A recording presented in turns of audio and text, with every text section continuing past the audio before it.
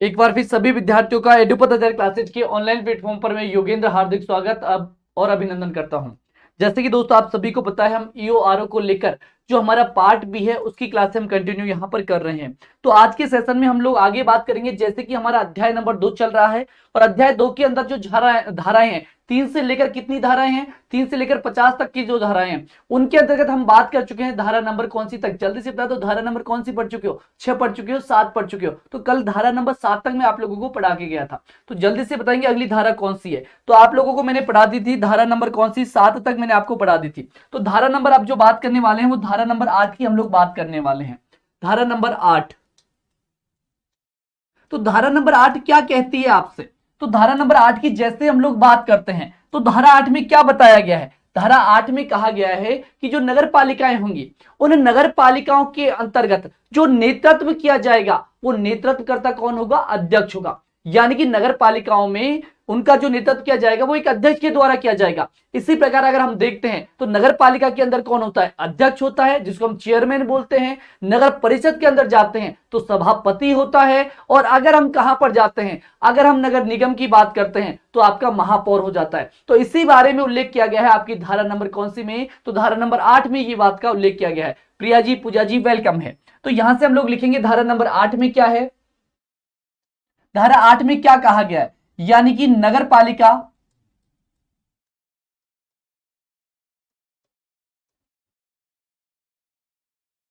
Act 2009 की इस धारा के अनुसार, इस धारा के अनुसार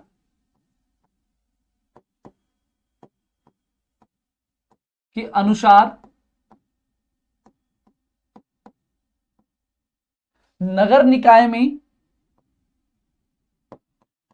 नगर निकाय का उत्तरदायित्व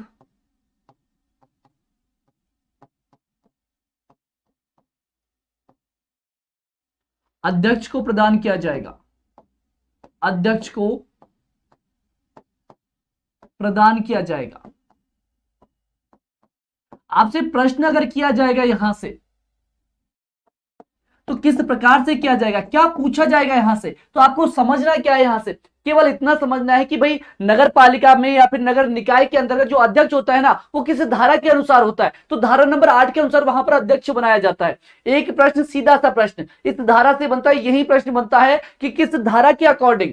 सर आज क्लास नंबर 2 है ना? हाँ जी बिल्कुल, पहली बेसिक क्लास ही थी हमारी, इंट्रोडक्शन क्लास थी, यानी कि हमने सिलेबस की बात की, कुछ एक दो चीजों की बात की थी। ठीक है, क्लास 2 के अंदर हमने कुछ धाराओं की बात की आपसे। ठीक है, जैसे कि 3 से लेकर हम लोगों ने 7 धाराओं की बात की थी। टॉप मॉडल जी वेलकम है। इसी प्रकार आज की जो क्लासेस के अंदर हम धारा नंबर 8 से चर्चा कर रहे हैं। तो धारा 8 तक हम लोग पढ़ चुके थे। अब बात करते हैं, देखो जैसे जैसे हम क्लासें बढ़ाएंगे ऐसे स्पीड हमारी बढ़ती जाएगी। थोड़ा थोड़ा आपको क्या है कि ये भी नहीं कि तुरंत हम स्पीड बढ़ा के बस चलते जाएं सूटा सूट, ऐसा नहीं होता है ना, धीरे धीरे हम स्पीड बढ़ाएंगे हमारी। अब यहां पर हम लोग बात करते हैं आपसे, तो धारा 8 के अंदर मैंने कहा आप लोगों से कि यहां पर केवल एक चीज आपको ध्यान में रखनी है। किसकी बात ध्यान में रखनी है? कि यहां पर क्या बनाया जाएगा? एक अध्यक्ष बनाया जाएगा। क्या बनाया जाएगा? अध्यक्ष बनाया जाएगा। ये वाली बात को यहां पर गांठ बांध लेनी है। कहां पर? पल्लू में अपने गांठ बांध लेनी है कि अध्यक्ष की बात करता है नगर निकाय में, तो कहां पर आपके धारा नंबर 8 में बात करता है। तो यहां पर हम नोट करके क्या लिख सकते हैं? नोट करके, यानी कि धारा 8 के अनुसार अगर नगर पालिका है, क्या है? अगर नगर पालिका है तो क्या बनाया जाएगा? नगर पालिका के अंदर क्या होता है भाई? अभी मैंने आपको बताया, या तो हम क्या कहेंगे उसको, या तो कहेंगे हम अध्यक्ष, या तो कहेंगे हम अध्यक्ष, या फिर हमारी भाषा में आजकल क्या बोला जाता है? चेयरमैन बोला जाता है। नगर पालिका में क्या होता है? चेयरमैन होता है, लेकिन वो किसका रूप है? अध्यक्ष का रूप है। धारा 8 के अनुसार बनाया जाता है। वही अगर मैं बात करूं आप लोगों से, कहां पर? नगर परिषद की हम लोग बात करते हैं, नगर परिषद की बात करते हैं। नगर परिषद में कौन होता है? और इसी प्रकार हम बात करें नगर निगम की, नगर निगम में कौन होता है? तो यहां पर भी आपको ध्यान में रखना है। ठीक है, वैसे आप सब जानते हो अच्छे से। तो नगर परिषद की हम बात करते हैं तो कौन होता है? सभापति होता है। कौन होता है? सभापति होता है। वहीं अगर हम बात करते हैं नगर निगम की तो यहां पर महापौर होता है। कौन होता है? महापौर होता है। आ गई होगी आपके बात समझ में। दीपिका जी, कोमल जी, सभी का वेलकम है, सभी को वेरी गुड इवनिंग। ठीक है, अब यहां पर हमने बात की आप लोगों से कि एक्ट 2009 में केवल आपकी कहां पर? धारा 8 के अंदर यहां पर अध्यक्षों की बात की गई है। ठीक है, यही बात हम लोगों को ध्यान में रखनी है। और ये तीनों जो बनाए जाते हैं वो धारा 8 के अनुसार बनाए जाते हैं। चीज क्लियर हुई होगी। अगली धारा की बात करते हैं, यानी कि धारा 9 आप लोगों से क्या कहती है। तो धारा 9 के द्वारा आपको बताया जाता है कि नगर पालिका के अंदर जो वार्डों का गठन किया जाएगा वो कौन करेगा, तो सरकार तय करेगी। किस आधार पर तय करेगी, जनसंख्या के आधार पर तय करेगी। ये सारी बातें कहां लिखी गई है, एक ही बात ध्यान रखनी है, वार्डों की जो बात की जाएगी, वार्डों के अंदर कितने वार्ड बनाए जाएंगे ये राज्य सरकार तय करेगी। ठीक है, मिनिमम की बात मैंने बता दी थी। जैसे अगर हम बात करते हैं कहां की, अगर हमारे ग्रामीणों की बात करते हैं, जैसे ग्राम सभा की बात करें, हम पंचायतों की बात करें, तो वहां पर क्या है, बढ़ाए जा सकते थे वार्ड, लेकिन यहां पर मिनिमम की बात की गई है। और अगर मैक्सिमम की बात करते तो किसी प्रकार का कोई उल्लेख हमको देखने को नहीं मिलता। और यही बात आप लोगों को धारा 9 में लिखनी है। जी बिल्कुल, धन्यवाद टॉप मॉडल जी, वेलकम है। नीलू जी बिल्कुल, शाबाश। अब बात करते हैं किसकी, धारा नंबर किसकी बात करें, तो हम धारा किसकी बात करेंगे, 9 की बात करेंगे। और धारा 9 में क्या किया गया है, धारा 9 की बात करते हैं। धारा 9, तो धारा 9 में वार्डों का विभाजन किया गया है। किसकी बात करते हैं, वार्डों का विभाजन, वार्डों का विभाजन। ठीक है, अभी मैंने जैसे कहा विभाजन, तो यहां पर जो विभाजन किया जाएगा, सीधे सा अर्थ तो एक समझ में आ गया इसकी हेडिंग तो, कि भाई इसमें क्या है, वार्डों का विभाजन किया गया है। अब विभाजन करने वाला कौन होगा, तो राज्य सरकार होगी। ठीक है, तो यहां पर ये भी नोट करके लिखेंगे, इसमें वार्डों का विभाजन, विभाजन राज्य सरकार के द्वारा किया जाएगा। विभाजन राज्य सरकार द्वारा किया जाएगा, राज्य सरकार द्वारा किया जाएगा। ठीक है, ये बात आपके समझ में आ गई होगी। अगली बात करें हम लोग, किस आधार पे किया जाएगा, तो वार्डों का विभाजन, विभाजन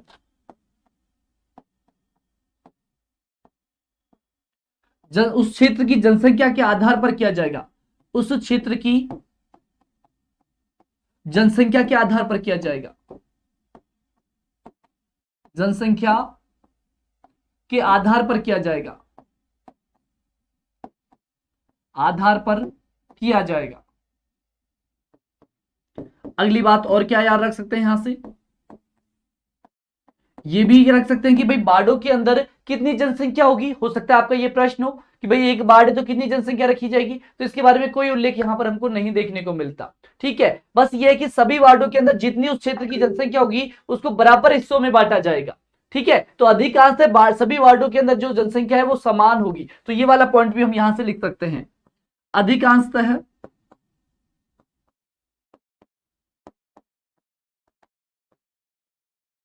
सभी वार्डों की, सभी वार्डों की जनसंख्या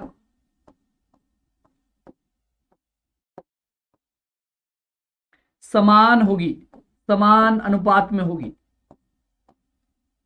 या फिर समान होगी लिख सकते हैं, सीधा ही समान होगी। तो ये सारी बातें आपकी धारा नंबर किसके अंतर्गत है, धारा 9 में इन चीजों का उल्लेख किया गया है। अब आगे बढ़ते हैं, हम अगली बात करते हैं। तो अगला प्रश्न हमारा क्या है, अगली धारा कौन सी आएगी, तो धारा अगली की बात करते हैं तो धारा 10। धारा 10 में क्या है, वार्डों की अवधारणा है। धारा 10 में क्या है, वार्डों की अवधारणा है, वार्डों की अवधारणा है।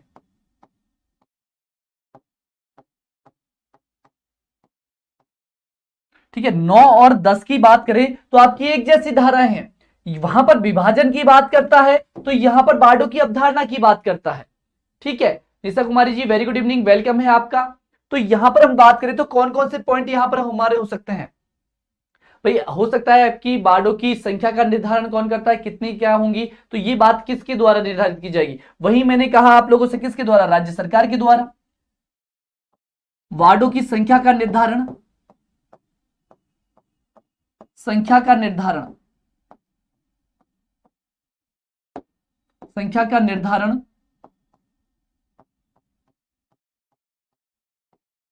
राज्य सरकार द्वारा किया जाता है, सरकार द्वारा किया जाता है।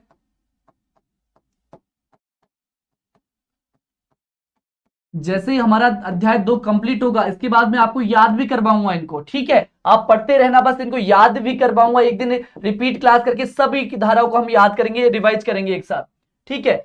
वार्डों का जो निर्धारण किया जाता है, वार्डों का निर्धारण करते समय ध्यान रखना, जब वार्डों का निर्धारण करेंगे, विनोद गोदारा जी बिल्कुल जी वेलकम है। हाँ जी रेखा जी बिल्कुल, राज्य सरकार के द्वारा इसका क्या किया जाता है, निर्धारण किया जाता है। अब यहां पर हमने कहा कि निर्धारण कौन करेगी, राज्य सरकार करेगी। अब वार्डों के अंदर भाई ठीक है, कहीं पर उसकी सीमा है, उसको कम करना है, घटाना है, बढ़ाना है, तो सीमा का जो तय करेगी, यानी कि सीमा को जो तय करेगी या फिर जो सीमा का निर्धारण करेगी वो भी राज्य सरकार करेगी। तो यहां पर ये वाला पॉइंट भी लिख लें, वार्डों की सीमा का निर्धारण, सीमा का निर्धारण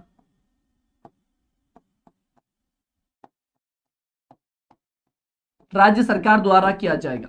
अब आपसे प्रश्न कैसे करेगा, इसमें से ये भी बात करेंगे, राज्य सरकार द्वारा किया जाएगा।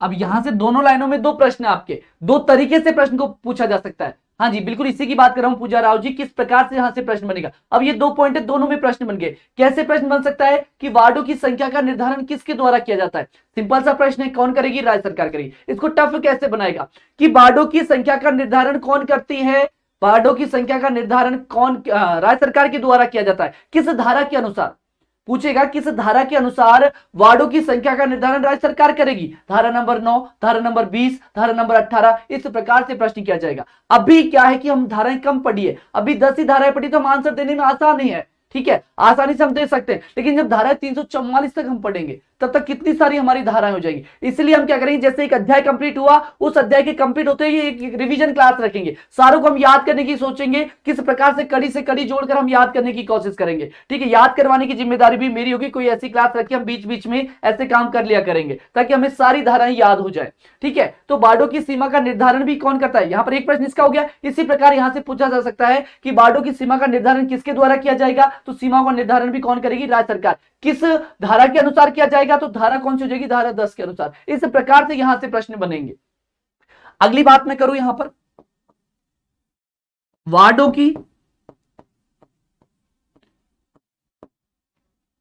की संख्या का निर्धारण करते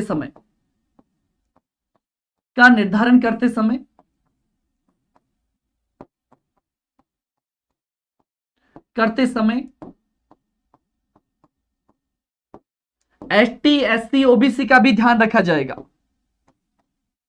एससी एसटी ओबीसी के आरक्षण को ध्यान में रखते हुए,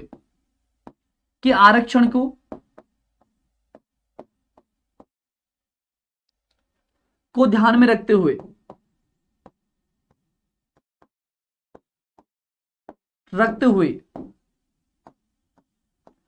हुए विभाजन किया जाएगा। अब एक प्रश्न का जवाब दो मुझे, हमने परिसीमन पढ़ा था, ना, वो किस धारा के अंदर पढ़ा था। हाँ जी बिल्कुल पूजा राव जी, मैं कोशिश करूंगा कि जैसे ही हमारा एक अध्याय कंप्लीट होगा, एक अध्याय कंप्लीट होते ही एक क्लास ऐसी रख देंगे बीच में कोई ना कोई, कि सारी जो आपकी आप 3 से लेकर धारा 3 से जो 50 पढ़ोगे, इन धारा तीनों सबको याद करना कि कैसे कौन कौन से, हम कम से कम हमें पूरी धारा नहीं रहे तो कम से कम 50-60 तो एक बार में याद रहे, 50-60% तो हमें कम से कम याद रहे। इस प्रकार से हम करने की कोशिश करेंगे।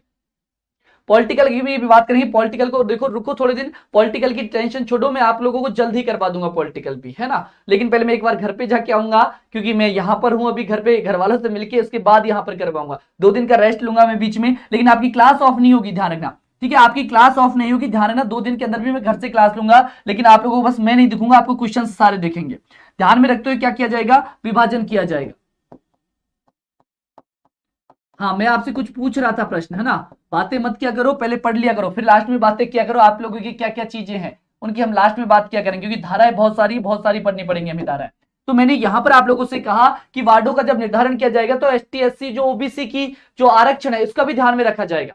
अब आगे की जैसे ही हम बात करते हैं, विभाजन कर दिया, ठीक है। अब यहां पर क्या किया जाता है, परिसीमन किया जाता है। हर 5 साल में जो भी सरकार आती है वो परिसीमन करवाती है। मैंने आपको बताया था परिसीमन जब पढ़ाया था, परिसीमन किस धारा में पढ़ाया था एक बार बताना, आप लोगों ने कल पढ़ा होगा जाके, भाई पढ़ोगे रोज डेली। देखो एक आपको याद नहीं होते कोई दिक्कत नहीं है, बिल्कुल याद मत करो, मैं भी कहता नहीं आप लोगों से याद करना है, लेकिन आपको जब भी वक्त मिल रहा है, दिन में 5 मिनट 10 मिनट मिल रही है आपको, तो एक बार ये आंखें है ना, ये आंखें, इन आंखों से गुजारने हैं उनको। ये जो धाराएं मैं बता रहा हूं, इनको एक बार आंखों से बस पढ़नी है। मैंने आपको पीडीएफ सेंड कर रखी है, तो उन पीडीएफ को एक बार क्या कर लिया करो, रिवाइज कर लिया करो। 5-10 मिनट का जब भी टाइम आपको मिल रहा है। परिसीमन, बिल्कुल विनोद जी, धारा नंबर 3 में हमने पढ़ा था।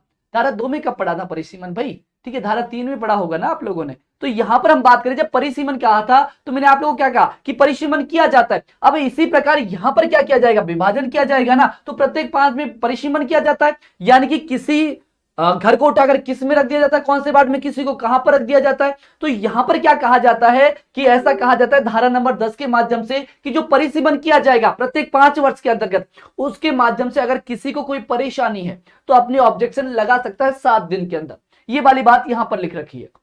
सर कहां मिलेंगे, क्या चीजें? पीडीएफ आप लोगों के लिए टेलीग्राम मैंने, सॉरी, आपका व्हाट्सएप ग्रुप बना रखा है, वहां पर मैं पीडीएफ डालता हूं। आपके नंबर जा रहे होंगे नीचे 20-24 वाले, वहां पर मैसेज करना, मैं ग्रुप में ऐड कर दूंगा आपको। आज समझ में आ रहा है? आप लोग देखोगे ना डेली की क्लासेस तो आपको समझ में आएगी। सर कौन सी बुक पढ़े इसके लिए? बाबूलाल सैनी जी, बुक की अगर हम लोग बात करते हैं तो बुक मार्केट में खूब सारी आपको मिल जाएंगी जैसे ही आप जाओगे। एक तो बुक वो आती है जो आपकी जो नगर पालिका एक्ट 2009, जब साइट पे जाओगे इसकी मेन साइट पर, तो वहां पर पूरा डाटा दे रखा है, पूरी जो धारा है ना वहां पर मिल जाएंगी आपको, लेकिन समझ में नहीं आएगा लैंग्वेज। आपके बहुत सारे सर्स हैं, मैं नाम तो नहीं लूंगा, आप मार्केट में जाओगे तो वहां पर आपको बुकें मिल जाएंगी काफी सारी। तो आप जो पसंद आए वो ले आना एक बार, और उन्हीं की मैं आपको अपनी भाषा में करके मैं यहां पर एक्सप्लेन करने की कोशिश कर रहा हूं। अब आ जाओ, बीच में नहीं करना हमें बातें, अब यहां पर सीधा से बात करते हैं। तो मैंने आप लोगों से क्या कहा यहां पर कि जब सरकार परिसीमन करती है तो सरकार परिसीमन करने के बाद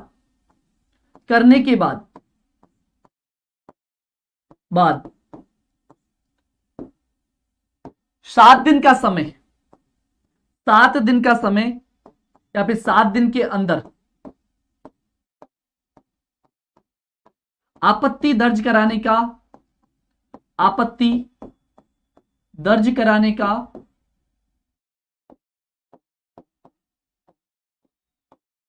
अवसर प्रदान करती है। यानी कि सरकार क्या करवाती है, परिसीमन करवाती है, परिसीमन करवाएगी।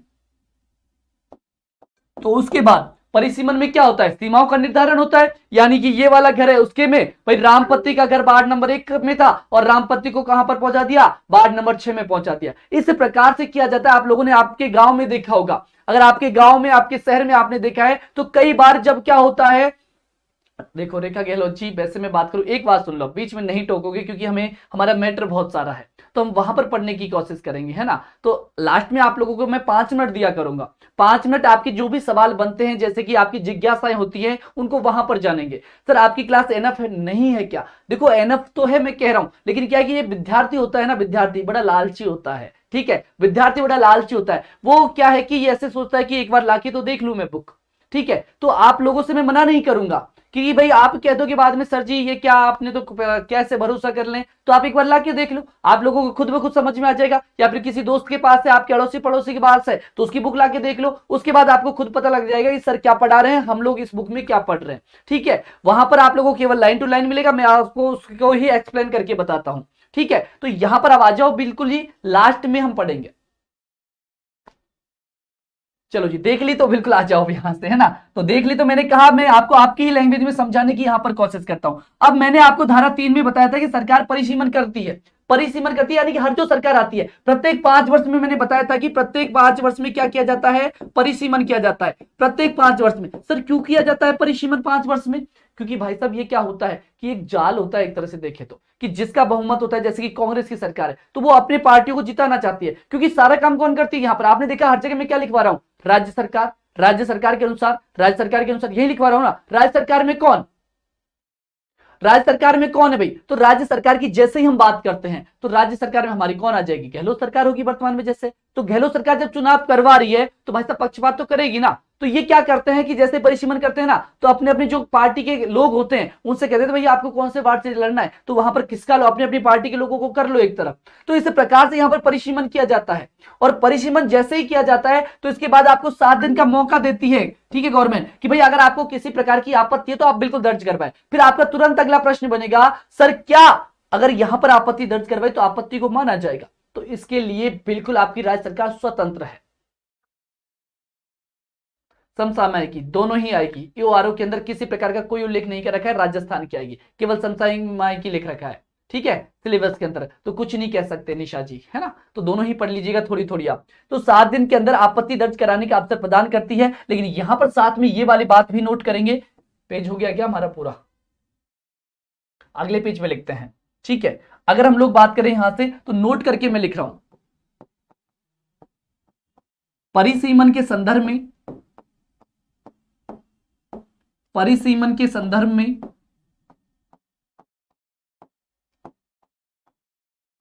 आपत्ति आने पर, आपत्ति आने पर, आने पर उनको मानना, उनको मानना या नहीं मानना, या तो माने या नहीं माने, या नहीं मानना, ये राज्य सरकार के ऊपर निर्भर करता है, ये राज्य सरकार पर निर्भर करता है, राज्य सरकार पर निर्भर करता है। अर्थात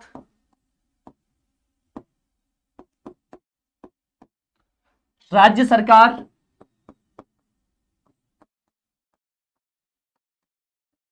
इस मामले में अपने अनुसार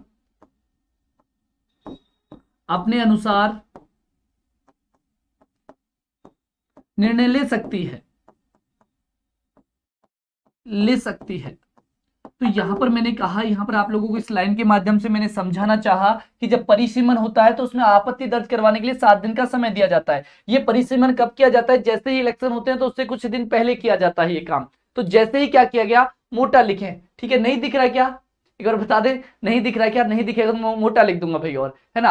अगर हम बात करें यहां से कि यहां पर मैंने आपको लिखा इसमें कि आपत्ति दर्ज कराने का मौका मिलेगा, आपने आपत्ति दर्ज करवाई, तो वहां पर जो आपत्ति आपने दर्ज करवाई कि मेरा तो वार्ड नंबर 1 में नाम होना चाहिए था, आपने वार्ड नंबर 9 में डाला, तो मुझे वापस से कहां पर वार्ड नंबर 9 के अंदर डाला जाए। इस प्रकार की आप आपत्ति दर्ज करा सकते हैं। आपने आपत्ति दर्ज कराई, ठीक है। अब उस बात को सरकार अगर चाहे तो वो मान भी सकती है, चाहे तो नहीं भी मान सकती। अगर वो नहीं मानती है तो इसका मतलब ये नहीं कि आप उस बात को लेकर कोर्ट में चले जाओगे, क्योंकि यहां पर यही बात मैंने आपको समझानी चाहिए। अर्थात राज्य सरकार इस मामले में अपने अनुसार निर्णय ले सकती है, किसी प्रकार से उसको पाबंद नहीं किया गया है, ठीक है। चीजें समझ में आई होगी। चलो अब आगे की बात करते हैं यहां से, ठीक है।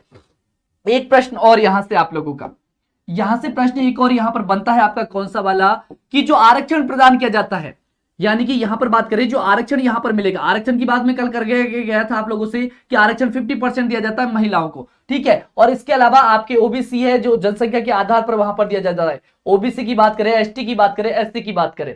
इसके अलावा हम लोग बात करें यहां से आरक्षण की, तो आरक्षण का जो आरक्षण चक्रानुसार दिया जाएगा, आरक्षण चक्रानुसार। अब आप कहोगे चक्रानुसार क्या हो गया? चक्रानुसार दिया जाएगा, ठीक है। इसमें ध्यान रखना धारा नंबर 10 में ही है कि आरक्षण है वो चक्रानुसार दिया जाएगा। फिर कहोगे सर कैसे चक्रानुसार, का मतलब हम तो समझे ही नहीं, ठीक है, हम तो समझे नहीं चक्रानुसार दिया जाएगा कैसे। चक्रानुसार ब्लर दिखता है, चलो जी एक वर्ड देखते हैं, आपका ब्लर का भी इलाज करते हैं। नहीं जी भाई साहब जी, हमें तो बढ़िया दिख रहा है, एकदम झक्कास दिख रहा है, ठीक है, हमें तो एकदम झक्कास दिख रहा है भाई, ऐसी बात तो नहीं है ना, ये तो गलत बात बोल रहे हो आप। देखो झक्कास दिख रहा है, बहुत अच्छे से दिख रहा है ना। 240 में ही है, ज्यादा में नहीं है, 240 में है, ठीक दिख रहा है। जाओ यहां से बात करते हैं, आरक्षण चक्रानुसार होगा। चक्रानुसार का मतलब क्या है सर? तो जैसे कि मान लो कि आपकी क्या होती है भाई साहब, आपकी कही दी जाए जैसे कि जनरल की कौन सी सीट आती है? एक तो मेन वाली आती है, यानी पुरुष वाली आती है। एक सीट आती है जनरल की ही, कौन सी? आपने देखा होगा कि अब की बार कौन चुनाव लड़ेगा? महिला की सीट है अब की बार, तो जनरल महिला की आएगी, ठीक है। इसके अलावा हम बात करें, फिर आ जाता है आपकी ओबीसी की। ओबीसी की महिला हो जाएगी, ठीक है, ओबीसी का ही पुरुष हो जाएगा। इस प्रकार से जो सीटें होती है इनका क्या किया जाता है, तो यहां से कहा जाता है कि चक्रानुसार का मतलब क्या है, अगर जनरल अब की बार पुरुष की सीट आई है तो अगली बार इनमें से, और किसके माध्यम से, ये पर्ची निकाली जाती है। आप लोगों ने सुना होगा, आप लोगों ने सुना होगा कि पर्ची के माध्यम से चिट निकाली जाती है। जो चिट निकलती है उसी की क्या वहां पर सीट होती है, और इसका जो निर्धारण किया जाता है वो जनसंख्या के आधार पर किया जाता है। ये भी मैं लिखा चुका हूं आप लोगों को। तो यहां पर आपको समझना है कि चक्रानुसार, यानी कि मान लो कि जनरल पुरुष की आ गई अब की बार, ठीक है आ गई, लेकिन जब अगली बार आएगी तो चिट जो डलेगी इनमें से डलेगी, इस पर नहीं डलेगी, इस प्रकार से, ठीक है। तभी तो आप लोगों ने देखा होगा कि गांव के अंदर जो वृद्ध आदमी वो कहते हैं कि अब की बार इस वाली तो नहीं आई क्योंकि तो पहले आ गई थी, ठीक है, तो दोबारा नहीं आएगी। यानी कि चक्र के अनुसार आपकी क्या होंगी, ये जो पर्चियां हैं वो डली जाएंगी, यानी कि आरक्षण जो मिलेगा आपको चक्रानुसार दिया जाएगा। आपसे पूछा जा सकता है कि आरक्षण जो चक्रानुसार दिया जाएगा किस धारा में लिखा हुआ है, धारा नंबर 10 में लिखा हुआ है, ठीक है। बात क्लियर इस धारा की। आगे की बात करें, इसी धारा की और बात करूं मैं यहां से, तो यहां पर क्या कहा गया कि भाई जो वार्ड होंगे, वार्डों का जो निर्धारण किया जाएगा, वार्ड जैसे कि ward number 1, ward number 2, ward number 3, ये किस प्रकार से किया जाएगा, ये किस प्रकार से किया जाएगा, तो ध्यान रखना यहां पर दिशाओं के बारे में पूछा जाता है। तो आपकी दिशाएं कौन कौन सी है, पूर्व, ठीक है, आपकी पश्चिम दिशा, ठीक है, आपकी उत्तर दिशा और आपकी दक्षिण दिशा, ठीक है। तो जो आपके वार्डों का जो निर्धारण किया जाएगा वो आपके उत्तर पश्चिम दिशा से किया जाएगा, यानी कि इधर से बनते जाएंगे, यानी कि इधर से बनेंगे, यहां से बनते जाएंगे। वार्ड नंबर 1 बनेगा, यहां पर वार्ड नंबर 2 इधर आएगा, 3 इधर आएगा, 4 आएगा, इधर आएगा। यानी कि यहां पर स्पष्ट रूप से लिखा हुआ है क्या कि आपके जो वार्ड बनेंगे वो उत्तर पश्चिम से लेकर किधर की तरफ बनेंगे, इधर की तरफ बनेंगे, यानी कि पूरब दक्षिण की साइड बनेंगे। सीधा सा ये कहना चाह रहा है ये, ठीक है। तो यहां से आप लोगों को ध्यान रखिए, ये वाली बात भी आपकी धारा नंबर 10 में उल्लेखित की गई है। कहां पर उल्लेखित की गई है, तो धारा नंबर आपके 10 में उल्लेखित है ये वाली बात भी। तो यहां पर इसको भी हम नोट करेंगे। सरकार वार्डों का निर्धारण, सरकार वार्डों का निर्धारण, ये भी बात फिक्स से ध्यान रखना, वार्डों का निर्धारण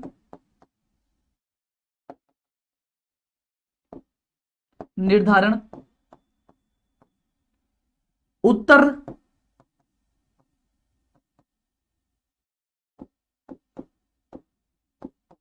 पश्चिम कोण के अनुसार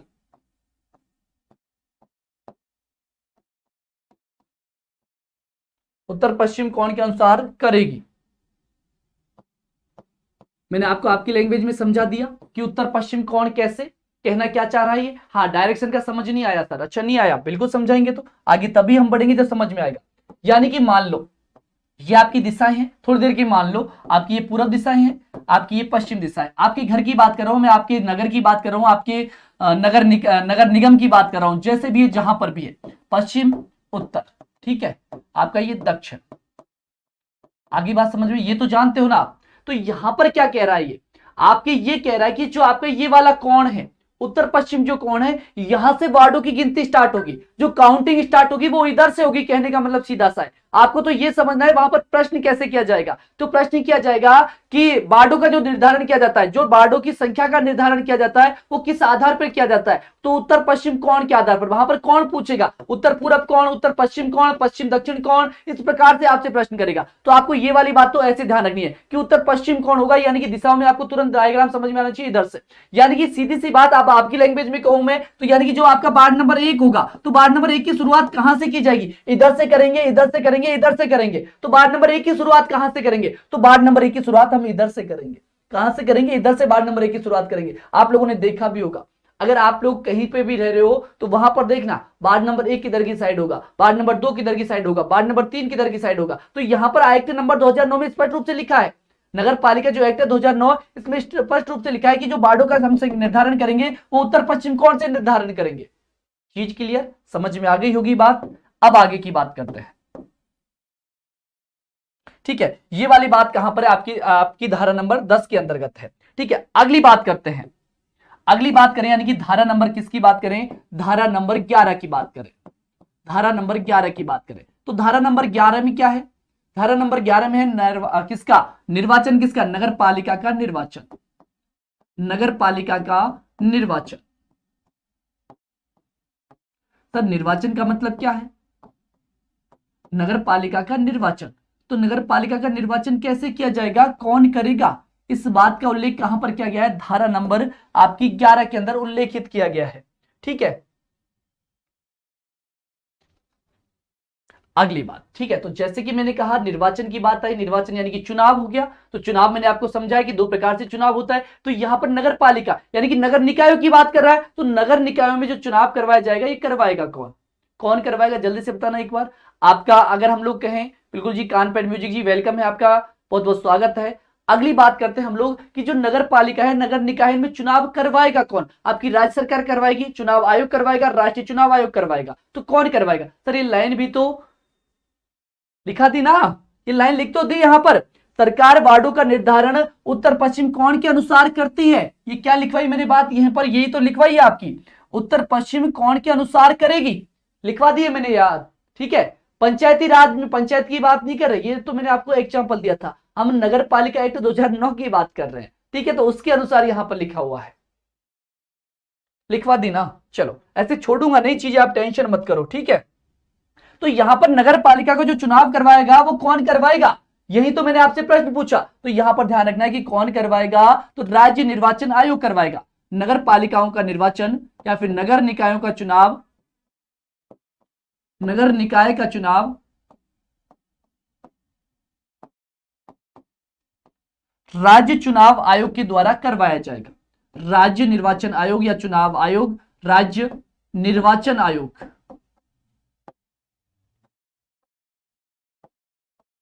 आयोग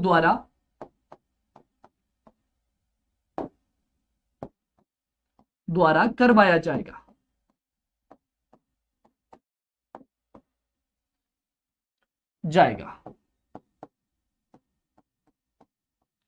अगला पॉइंट इसमें यह लिखना है कि निर्वाचन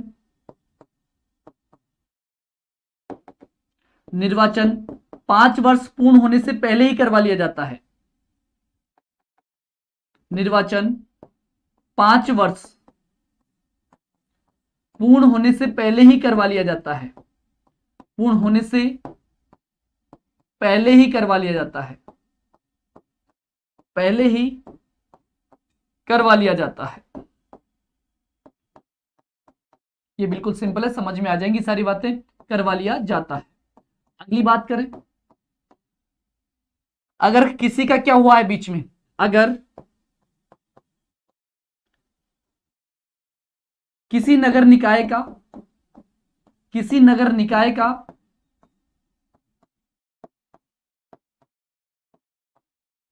कार्यकाल पूर्ण नहीं हुआ है, पूर्ण नहीं होने पर मध्य में विघटन होने पर 6 माह में पुनः निर्वाचन करवाना आवश्यक है। पुनः निर्वाचन करवाना आवश्यक है। निर्वाचन करना आवश्यक है, करवाना आवश्यक है। चीजें समझ में आई? कोई भी लाइन यहां पर नहीं समझ में आई हो तो जल्दी से कमेंट करके बता दे मुझे कि यहां पर सर ये वाली बात हमारे नहीं भेजे में खाई, एक बार इसको एक्सप्लेन करो वापस से। ठीक है, बातें समझ में आई? 11वीं जो आपकी धारा है 6 माह, बिल्कुल आप लोगों ने देखी होगी कि धारा नंबर 6। अब कल से आप ये भी काम करेंगे, जो आपकी साथीगण है उनको भी साथ में लेकर आएंगे। ठीक है, तो यहां से ये वाली आपकी धारा नंबर 11 समझ में आ गई होगी। कुछ नहीं, इसमें केवल निर्वाचन के बारे में लिखा हुआ है कि नगर पालिका का जो निर्वाचन है कौन करवाएगा। तो सीधा सा ध्यान रखना, 11 के अंदर कहा गया है कि राज्य निर्वाचन आयोग करवाएगा। कौन करवाएगा? राज्य निर्वाचन आयोग करवाएगा। अगर आप चाहो तो एक बात और यहां पर लिख सकते हो कि राज्य निर्वाचन आयोग तो करवाएगा, लेकिन इसके अंदर कर्मचारी भी तो होंगे। ये कर्मचारी कहां से लाएगा? कर्मचारी कहां से लाएगा? तो ध्यान रखना, ये जो कर्मचारी है वो राज्य सरकार उपलब्ध करवाएगी। भाई ये जो कर्मचारी होंगे इसके अंदर नगर निकाय में बहुत सारे काम पड़ेगी चुनावों के अंतर्गत। तो चुनावों के अंदर जब जरूरत पड़ेगी तो इसके लिए कर्मचारी कहां से लाए जाएंगे? तो इसके लिए कर्मचारी जो उपलब्ध करवाएगी वो राज्य सरकार उपलब्ध करवाएगी। ये बात भी यहां पर लिख रखी है इसी के अंतर्गत, तो उसको भी हम यहां पर नोट कर सकते हैं।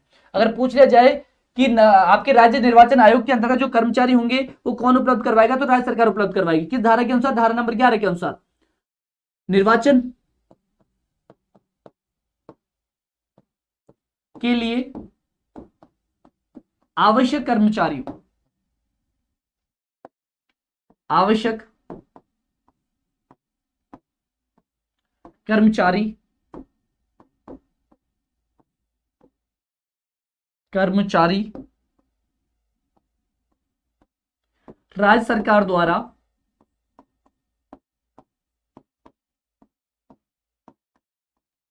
राज्य निर्वाचन आयोग को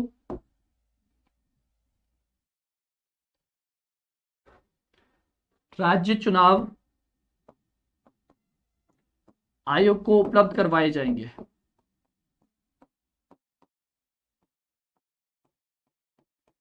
उपलब्ध करवाए जाएंगे। चीजें क्लियर यहां से?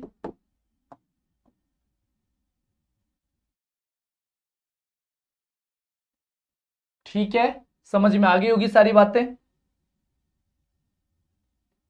चीजें क्लियर यहां तक की? स्टेट गवर्नमेंट, यस जी, स्टेट गवर्नमेंट। अब आगे की बात करते हैं, धारा नंबर आपकी 12 की बात करें तो धारा नंबर 12 में क्या लिखा गया है? धारा नंबर एकदम छोटी सी है।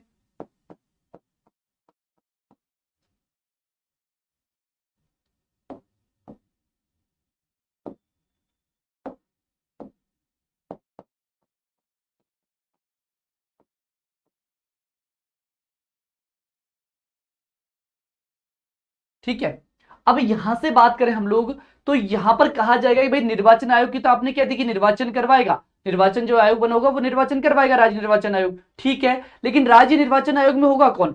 जैसे कि मुख्य अधिकारी कौन होगा? तो मुख्य अधिकारी हमारा कौन होता है? डिस्ट्रिक्ट कलेक्टर होता है। डिस्ट्रिक्ट कलेक्टर होता है, वही निर्वाचन अधिकारी की भूमिका निभाता है। अब क्या निर्वाचन अधिकारी वहां पर करवाएगा? तो यहां पर क्या एक तो अधिकारी दिया जाएगा उसके अंतर्गत, अधिकारी, या फिर क्या हो सकता है उसका सचिव हो सकता है, सचिव, या तो क्या होगा यहां पर जो निर्वाचन अधिकारी की भूमिका निभाएगा, जो निर्वाचन अधिकारी की भूमिका निभाएगा या तो राज्य निर्वाचन आयोग का मुख्य सचिव होगा, वो इसको भूमिका को निभाएगा। चलो जी, है ना, यहां पर कहा कि जो अधिकारी होगा या तो वो भूमिका निभाएगा निर्वाचन के अंतर्गत मुख्य निर्वाचन अधिकारी की, या फिर सचिव होगा, या फिर अतिरिक्त निर्वाचन आयुक्त की नियुक्ति की जा सकती है। निर्वाचन आयुक्त, मैंने क्या कहा ध्यान रखना, निर्वाचन आयुक्त, निर्वाचन आयुक्त।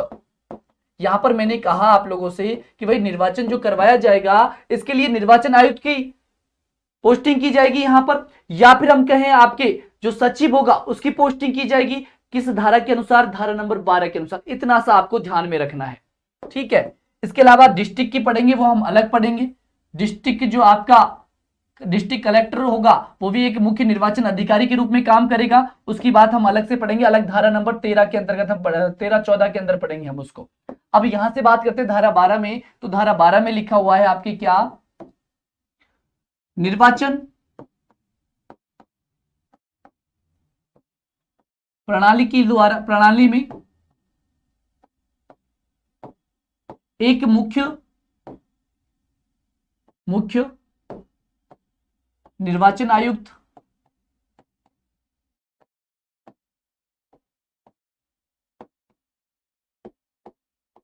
तथा उसकी सहायता के लिए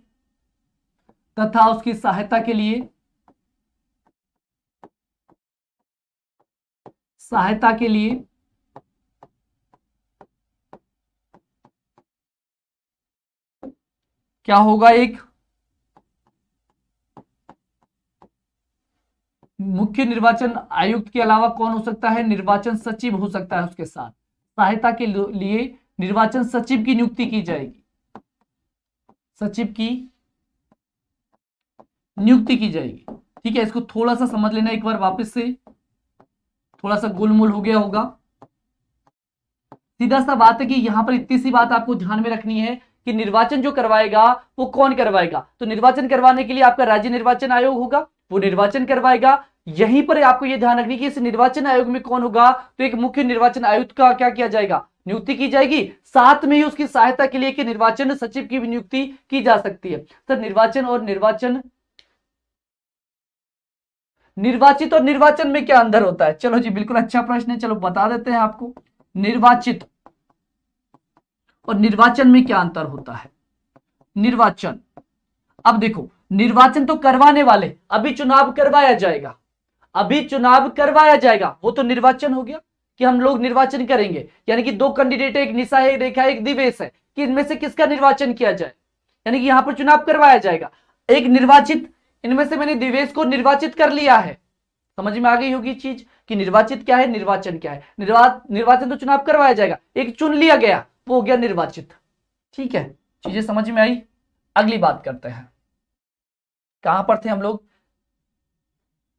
हाँ धारा नंबर 12 हमने पढ़ी। अगली धारा की हम लोग बात करते हैं, तो अगली धारा कौन सी हमारी, धारा नंबर 13।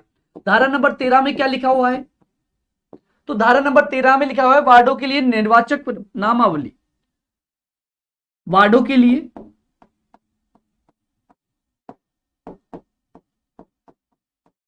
निर्वाचक नामावली।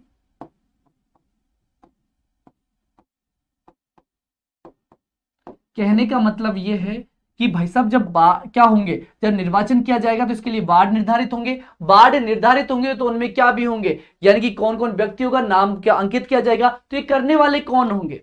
आप लोगों को पता है कि ये तो निर्वाचन आयुक्त क्या बेचारे ये काम करेगा, ये वाला आपका मुख्य सचिव है, क्या ये काम करेगा ये वाला। तो इसके लिए किसकी जरूरत पड़ेगी, कर्मचारियों की जरूरत पड़ेगी। और कर्मचारी कौन ला कर देगा इसके लिए, क्योंकि आपको पता है पूरी लिस्ट तैयार की जाती है चुनाव से पहले। तो ये सारी जो प्रोसेस की जाएगी इसके बारे में कहां पर लिखा है, आपकी धारा नंबर 13 के अंदर लिखा गया है।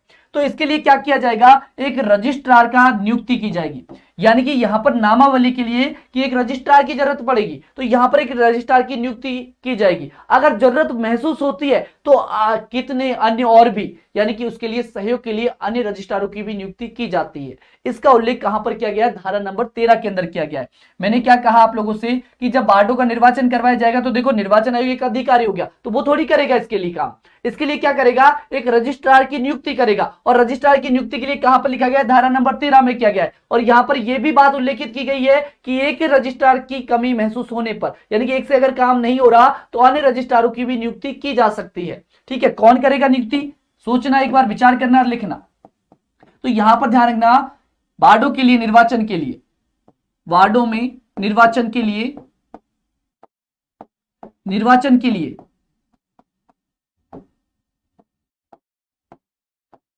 नामावली तैयार करने के लिए, निर्वाचन के लिए नामावली, नामावली नाम जो होते हैं लिखे हुए, नामावली तैयार करने के लिए, तैयार करने के लिए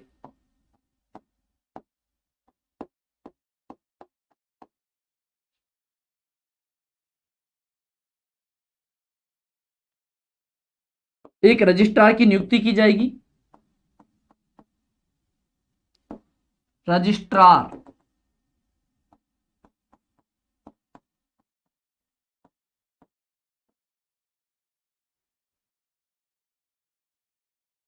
की नियुक्ति की जाएगी।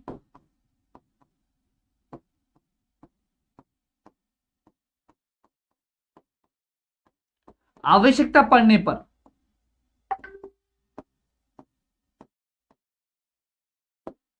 आवश्यकता पड़ने पर इसके सहयोग के लिए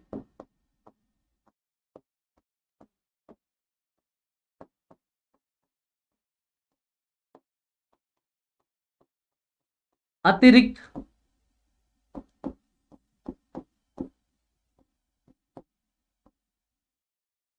रजिस्ट्रार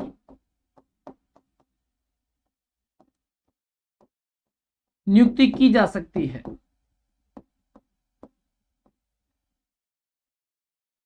की जा सकती है।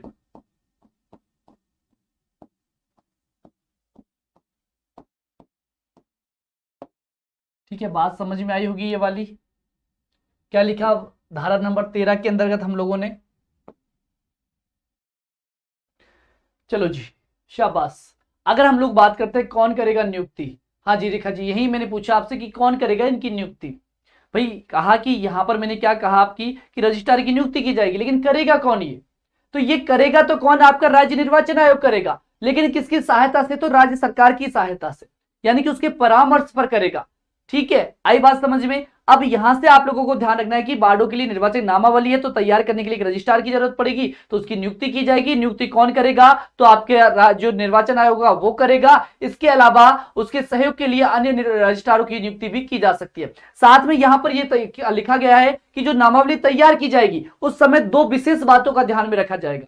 बस जब ये नामावली तैयार करेंगे तो उस समय दो चीजें ध्यान रखनी पड़ेगी। कौन कौन सी चीजें ध्यान रखनी पड़ेगी? चलो जी, नो क्या चीज भाई? भाई कौन कौन सी चीजें हैं वो ध्यान रखनी पड़ेगी। तो यहां से आप लोगों को ध्यान रखना है कि दो बातें कौन कौन सी। एक बात तो ये कि उसकी एज 18 साल की होनी चाहिए। ठीक है भाई, जिसका भी नाम आप चढ़ा रहे हो उस लिस्ट में, तो उसकी एज क्या होनी चाहिए? 18 वर्ष होनी चाहिए। और उसके एज के साथ साथ वो उसी वार्ड का सदस्य भी होना चाहिए। ठीक है, उसी वार्ड का क्या भी होना चाहिए? सदस्य भी होना चाहिए। तो दोनों बातें आपको ध्यान में रखनी कि रजिस्ट्रार क्या करेगा जब नामावली तैयार करेगा उस समय दो अहम बातों का ध्यान रखेगा। ये बात आपकी धारा 13 में ही उल्लेखित है। कौन सी बात का ध्यान रखेगा? कि एक तो उसकी एज का ध्यान रखेगा और उसी वार्ड का सदस्य होना चाहिए। ये नहीं कि वार्ड का किसी और का सदस्य उसमें नाम लिख रहा है, एज ही नहीं है उसके 18, उसमें एंट्री कर रहा है, तो नहीं। ठीक है, इस बात का भी विशेष ध्यान रखा जाएगा। तो इसको भी हम कहां पर लिखेंगे? यहीं पर हम लिखने वाले हैं। नामावली तैयार करते समय, नामावली तैयार करते समय, तैयार करते समय दो महत्वपूर्ण बातों का ध्यान रखा जाएगा। दो महत्वपूर्ण बातों का ध्यान रखा जाएगा, रखा जाएगा। कौन कौन सी बात का? पहली बात आपको ध्यान में रखनी यहां पर कौन सी?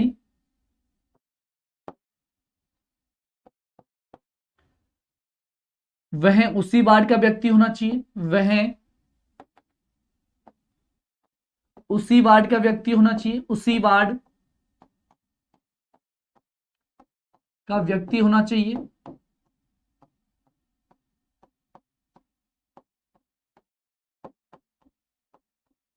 दूसरी बात, उसकी उम्र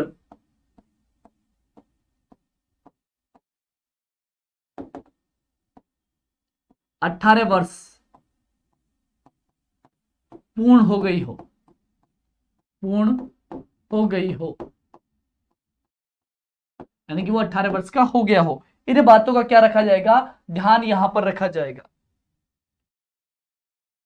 अब यहां पर नामावली में और बातें कौन कौन सी ध्यान रखनी है आपको?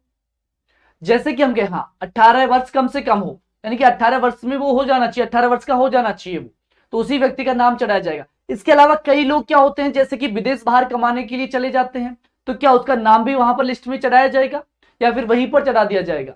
तो आपको यह भी बात ध्यान रखनी है। इसी बात का उल्लेख आपकी धारा नंबर 13 में उल्लेख किया गया है कि अगर मान लो कोई व्यक्ति वो बाहर चला गया है तो उसका नाम भी उसी वार्ड में रहेगा। ये नहीं कि वो बाहर चला गया तो उसको बेचारे को वार्ड से बाहर कर दिया, नहीं, उसका नाम भी उसी वार्ड के अंदर क्या होगा? लिखा जाएगा।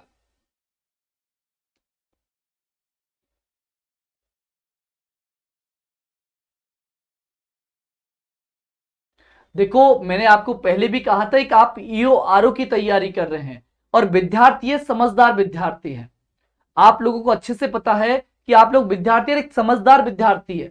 ठीक है, अब वो बचपना गया, जो बचपना था वो निकल गया है आप लोगों का। ठीक है, तो वो बचपना ना दर्शाएं, ये आप लोगों की फिर क्वालिटी दर्शाएगी। ठीक है, कि आप अगर ऐसा कर रहे हो तो वो आप लोगों की क्वालिटी दर्शाएगी।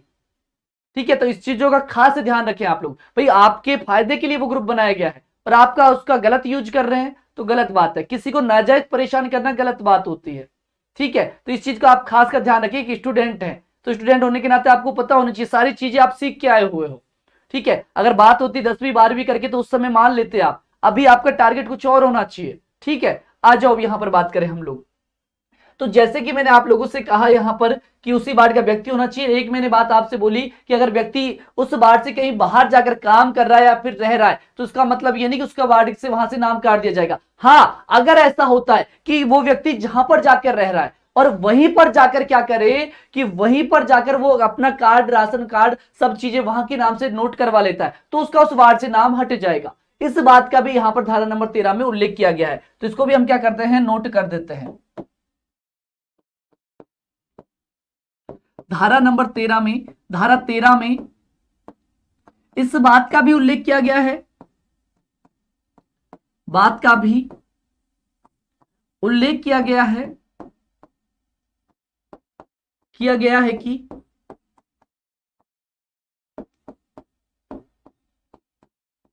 किसी व्यक्ति के द्वारा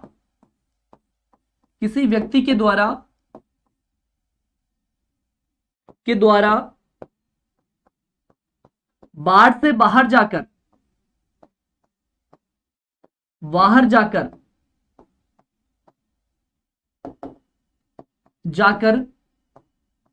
रहने पर भी उस व्यक्ति का नाम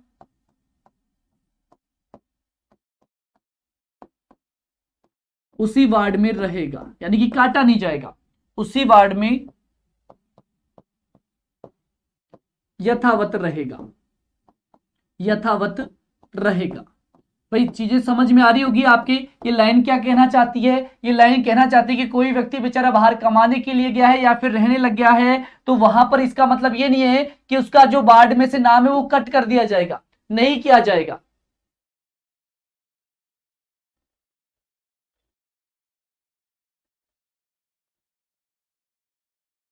नहीं, मैंने ये नहीं कहा। अच्छा चौधरी जी, बिल्कुल आप सही कह रहे हो, मैं आपकी बात से सहमत हूं, मैं आपकी बात से बिल्कुल सहमत हूं। चलो इसका आंसर दे देते हैं एक बार। मैं आपकी बात से 100% सहमत हूं कि आपको लगता है, लेकिन कंपैरिजन हम अगर करते हैं 12 मार्च का हम करते हैं और हम 19 मार्च का करते हैं, तो आप लोगों ने भी देखा होगा। देखो मैं केवल एक सब्जेक्ट की बात करूंगा इसमें, क्योंकि और बातें तो देखो सर ने बताई है मुझे, इंग्लिश वाले सर ने, हिंदी वाले ने, उसी के अनुसार मैंने बोला है। अब जीके की अगर मैं बात करता हूं तो जीके में 19 मार्च का है, कंपैरिजन हम दोनों का करते हैं, तो आपके 12 मार्च का थोड़ा क्या पड़ेगा, टफ पड़ेगा, 19 मार्च का थोड़ा सा सीधा पड़ेगा। ठीक है, अब मैं कहूं कम करने की बात, तो बिल्कुल भी कम करने की कोई बात नहीं है, कम करने की बात मैंने नहीं कही, कभी भी कम नंबर नहीं होंगे। 19 मार्च के जितने नंबर आगे वो नंबर कंफर्म रहेंगे आपके, पक्की बात है, आप देख लेना, कम नंबर किसी भी हालत में नहीं होंगे। हाँ, जो 12 मार्च वाले हैं इनके नंबर कुछ बढ़ सकते हैं, क्योंकि कहा गया, जैसे रवि सर से मेरी बात हुई, तो रवि सर से बात हुई कि उन्होंने भी यही कहा कि 12 मार्च का थोड़ा टफ है पेपर। ठीक है, 12 मार्च के पेपर में 40 तक मुश्किल से पहुंचा है बच्चा, इंग्लिश के अंदर 40 तक बड़ी मुश्किल से पहुंचा है, यानी कि उसका एवरेज जो स्कोर रहा है वो 35 के अंदर रहा है। अगर हम बात करते हैं किस तारीख की, 19 तारीख की, तो बच्चा 40 तक पहुंचा है, 40 से लेकर यहां तक कि उन्होंने कहा कि 42 तक भी पहुंचा है, यानी कि 42-43, तो आपके 4-5 क्वेश्चन का आ गया ना अंतर, और उसी बात को मैंने वहां पर आपको दर्शाया।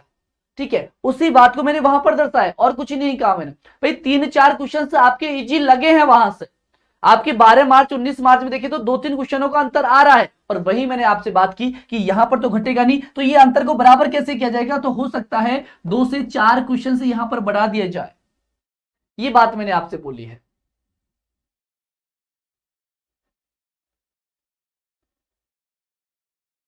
ठीक है, अब कोई बात नहीं, इनके लिए इसीलिए मैंने स्पेशल कल इनका इवेंट रख दिया है, इसके बाद ये कोई बीच में बात नहीं बोलेंगे भाई, है ना, कि मुझे भी तब तक भाई अगला संतुष्ट नहीं होता तो मुझे आगे बढ़ने का मन नहीं करता। ठीक है, तो मेरे भी यही नजरिया कि अगला संतुष्ट होना चाहिए पूरी तरह से। ठीक है, अब हमारी क्लासों को हम सुचारू करते हैं आगे की साइड, तो एक बात तो हमारी ये कंप्लीट हो गई भाई, समझ में आ गई ना आपकी बात। अगली बात करते हैं हम लोग, अगली बात करते हैं, यहां पर क्या लिखा हुआ है, जैसे कि मान लो कोई विधायक है, कोई सांसद है, वो कहीं बाहर चला गया, यानी कि सांसद जैसे कि वो व्यक्ति तो कहां का है, जयपुर का है, जयपुर नगर निगम से है, लेकिन वो कहां से जाकर विधायक बन जाता है, वो मान लो कि आपके माधोपुर में जाकर क्या बन गया, विधायक बन गया।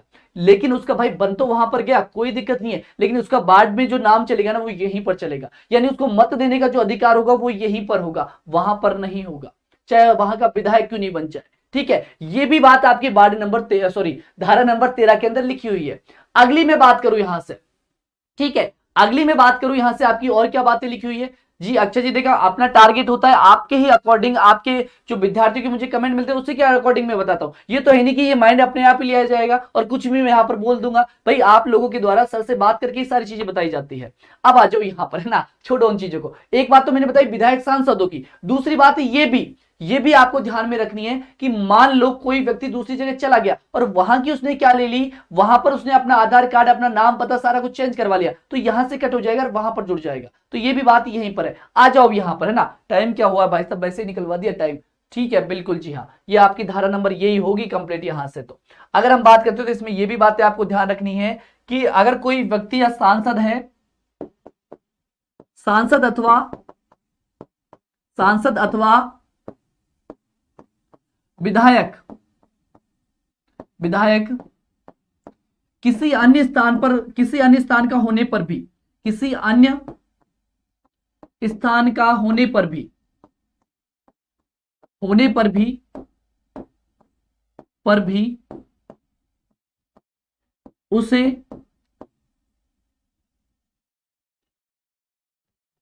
अपने स्थायी वार्ड के अनुसार ही मत देने का अधिकार होगा। ठीक है, जल्दी से इस धारा को पूरी करते हैं।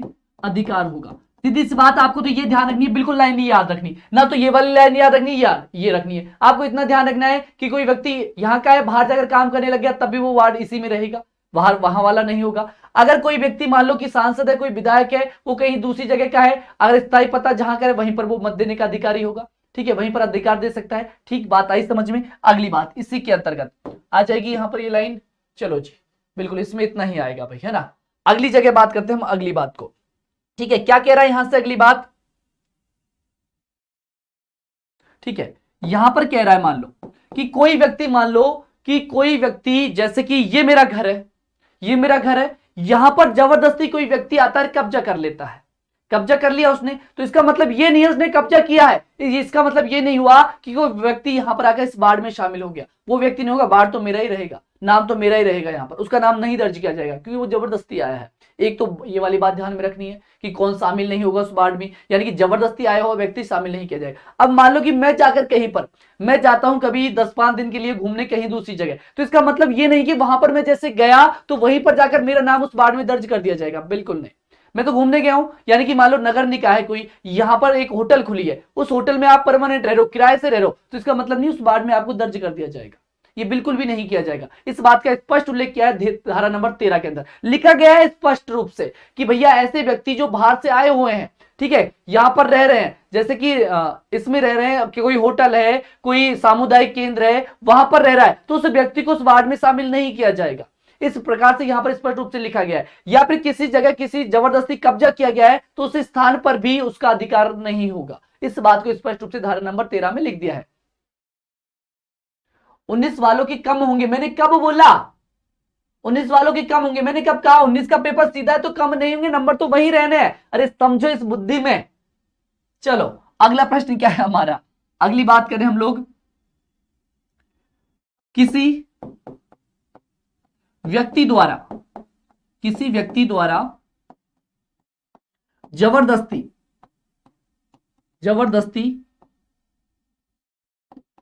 दूसरे व्यक्ति के घर पर कब्जा किया जाता है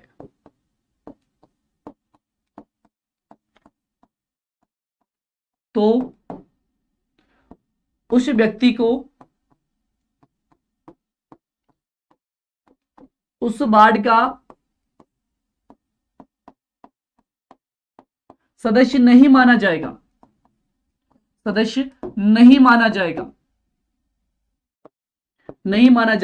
ठीक है, ये सारी बातें पढ़ना, कल पूछूंगा मैं कौन से धारा में कौन सी चीजें हैं, माना जाएगा। ठीक है, अगली बात मैंने क्या बोली यहां से आपको, अगली बात मैंने बोली थी आपके लिए, किसी व्यक्ति के द्वारा उस वार्ड में स्थित होटल, स्कूल, सामुदायिक भवन,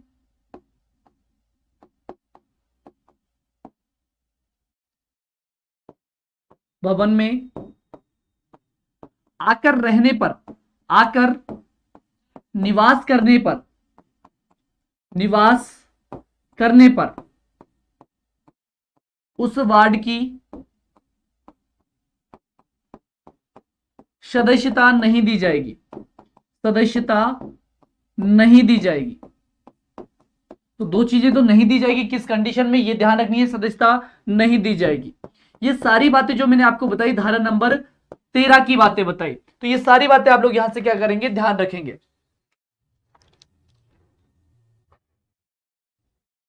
ठीक है, और क्या बातें ध्यान रखेंगे यहां से। ठीक है, एक दो बातें हो रही जो हमें ध्यान रखनी। कब से स्टार्ट हुई है यूआरओ की? जी बिल्कुल जी, 3 दिन क्लास को स्टार्ट हो गए है ना। सारे के सारे टाइम का ध्यान रखिए, टाइम से आओगे, देखो यहां पर संख्या बढ़ेगी तो मुझे भी मोटिवेशन मिलेगा। ठीक है, मैं भी यहां पर अति उत्साह के साथ आप लोगों को पढ़ाने की कोशिश करूंगा। ठीक है, ऑटोमेटिक स्पीड बढ़ेगी, तो ये काम आप भी करें कि मैं आप लोगों के लिए अच्छे से अच्छा कंटेंट लाने की कोशिश कर रहा हूं, तो आप लोगों भी यहां पर संख्या बढ़ाने की कोशिश करेंगे, इतना मेरा आप लोगों से कहना है।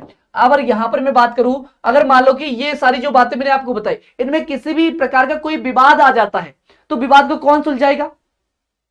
एक क्लास आपकी 6 बजे होती है, जिसके अंदर पार्ट ए की बात कर रहे हैं सर। हाँ जी बिल्कुल जी, यसु जी बोलिएगा। पार्ट बी की हम लोग बात करें तो पार्ट बी के अंतर्गत हम पार्ट जो आपका भी पॉलिटी वाला पार्ट है, यानी नगर पालिका जो एक्ट है, इसकी हम बात कर रहे हैं।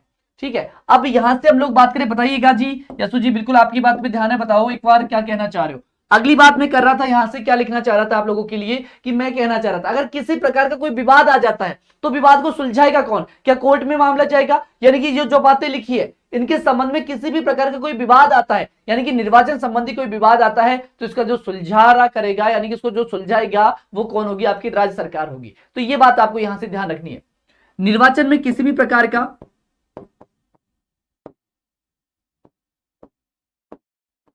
या फिर मैं सीधी सी बात लिखूं यहां पर आपके मतदाता सूची में, मतदाता सूची में नाम को लेकर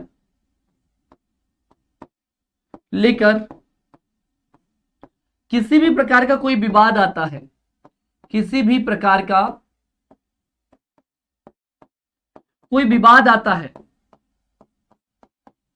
विवाद आता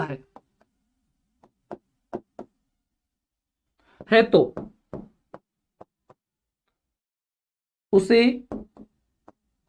राज्य सरकार के द्वारा सुलझाया जाएगा, उसे राज्य सरकार के द्वारा, राज्य सरकार के द्वारा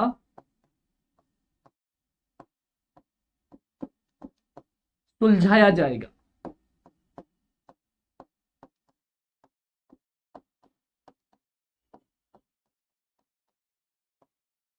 ये बात समझ में आई होगी आपके? ठीक है, बात क्लियर होगी। ये सारी बातें धारा नंबर किसकी है? तो धारा नंबर 13 की है। जैसे तो 4 बजे वाली जीके की क्लास कब होगी? देखो अभी 2 क्लासेस जीके वाली क्लास में कर रहा हूं ना, उसमें आपके टॉपिक वाइज स्टार्ट कर दिए ना मैंने। ठीक है, 6 बजे वाली क्लास में आपके टॉपिक वाइज कर दिया है। पॉलिटी की क्लास देखो, मैं क्लास पॉलिटी की जो स्टार्ट करूंगा, आपकी तीसरी क्लास होगी वो। ठीक है, पॉलिटी की तीसरी क्लास होगी, लगभग वो उसकी डेट मैं आपको बता देता हूं, 30 मिनट की क्लास रखूंगा उसको, उसके अंदर आपकी सारी पॉलिटी कवर करवाऊंगा। लगभग मैं 25 के बाद स्टार्ट करूंगा, 25 या फिर 27 के बाद स्टार्ट करने वाला हूं मैं उस क्लास को।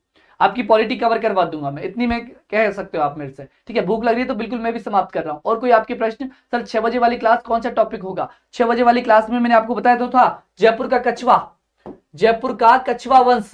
ठीक है, कछवा वंश की बात करेंगे हम लोग, कछवा वंश की बात करेंगे आपकी 6 बजे वाली क्लास में, और एक एक चीजें आपको पढ़नी है। ठीक है, तो एक एक वंश को हम ले रहे हैं। इसी प्रकार हम पहले हिस्ट्री को कवर कर लेते हैं, फिर आपकी आर्ट एंड कल्चर कवर कर लेंगे, इसके बाद आपकी ज्योग्राफी भी मैं कवर करवा दूंगा, क्वेश्चन के माध्यम से मैं कवर करवा दूंगा आपकी। ठीक है, तीनों सब्जेक्ट वहां पर कवर करेंगे। पॉलिटी की अलग से क्लास लगा दूंगा आपकी। ठीक है, ये पार्ट भी आपका चल ही रहा है जो बिल्कुल कंटिन्यू चलेगा। ठीक है, आपके मैं थोड़ी पढ़ाऊंगा। अब 1-2 दिन के लिए जब मैं घर पे जाऊंगा तो उस समय आप लोगों की यहां से जो क्वेश्चंस बनेंगे उनको मैं क्वेश्चंस को घर से कराऊंगा आपको। ठीक है, लेकिन छोड़ूंगा कुछ नहीं, मिस एक भी क्लास नहीं होगी आपकी, क्लास एक भी मिस नहीं होगी, इतना मेरे से कह सकते हो। कोई इमरजेंसी केस आ गया तो वो बात अलग है, लेकिन एक कोशिश आप भी करेंगे, जब मैं आप लोगों के लिए कर रहा हूं तो यहां पर संख्या बढ़ाने की कोशिश करेंगे ताकि मुझे भी मोटिवेशन मिले। ठीक है, और सारे रेगुलर क्लास के अंदर आएंगे तो बिल्कुल स्पीड से हमारा ये जो कार्य है वो स्टार्ट हो जाएगा। तो मिलेंगे आप लोगों से नेक्स्ट सेशन में। हाँ जी, मैंने बता दी ना सारी। यहाँ पर एक चीज और ध्यान रख लेना, बताने वाला था, भुला दिया आप लोगों ने। क्या कह रहा था मैं आप लोगों से कि यहाँ पर एक ही व्यक्ति का नाम दो जगह दर्ज नहीं होगा। ठीक है, ये भी बात ध्यान रखनी कि एक व्यक्ति दो जगह अपना नाम दर्ज नहीं करवा सकता। हाँ जी, ईओआरओ वाले कम है, लेकिन फिर भी आप लोग आए, कोशिश करें, जितने भी हम लोग मेहनत करेंगे एक दूसरे के साथ और आप लोगों को एक अच्छा स्कोर करवाने की कोशिश करेंगे, क्योंकि वैकेंसी कम है, मेहनत बहुत ज्यादा की जरूरत पड़ेगी। तो मिलेंगे अब आप लोगों से नेक्स्ट सेशन में, यानी कि कल शाम को 6 बजे कछुआ वंश के साथ, 8 बजे आपकी अगली धारा के साथ। ठीक है, तब तक के लिए जय हिंद जय भारत।